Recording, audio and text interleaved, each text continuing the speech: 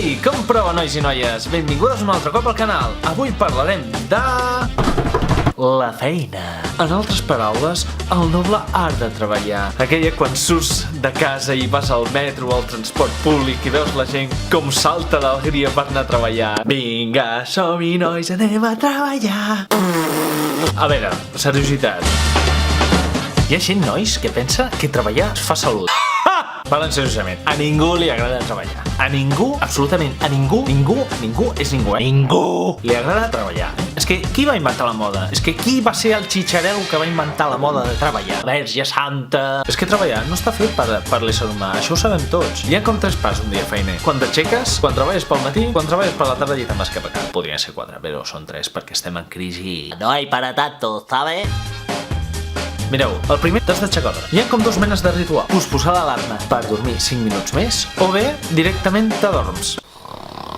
Ei, però nois, sempre podeu utilitzar l'excusa ai, m'he perdut vinguent a la feina. Encara que estiguis treballant durant un any a la mateixa empresa, ho dius, i cola, és increïble, és la frase màgica.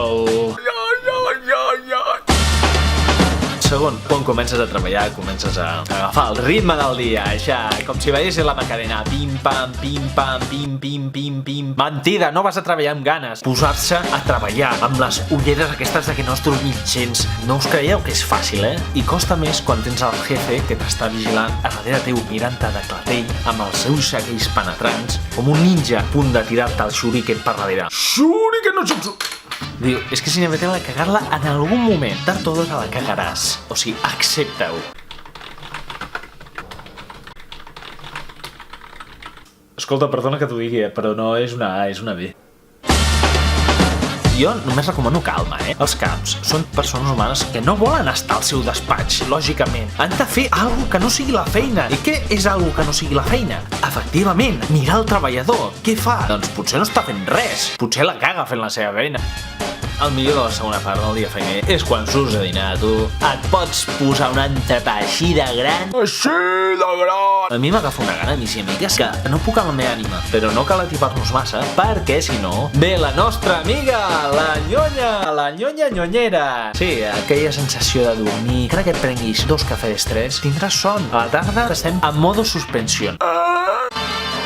Després torna a casa, agafa amb l'amigote, company amigable, que quan surts de la feina diu, va, fem unes cerveses. I tu saps, nen, que no seran 2 cerveses. Que l'important és arribar a casa, Arribem sa i estalvis, si bevem. Ojo, alcohol 0, no agafeu el vehicle.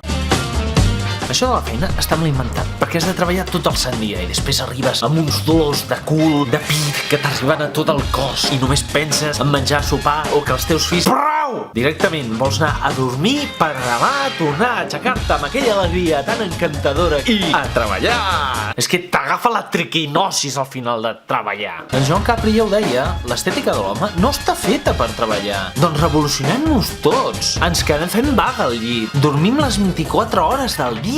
Quin problema hi haurà? Estaríem feliços si només hauríem d'obrir els ulls, menjar, pixar i cagar. Punto! Què més dona?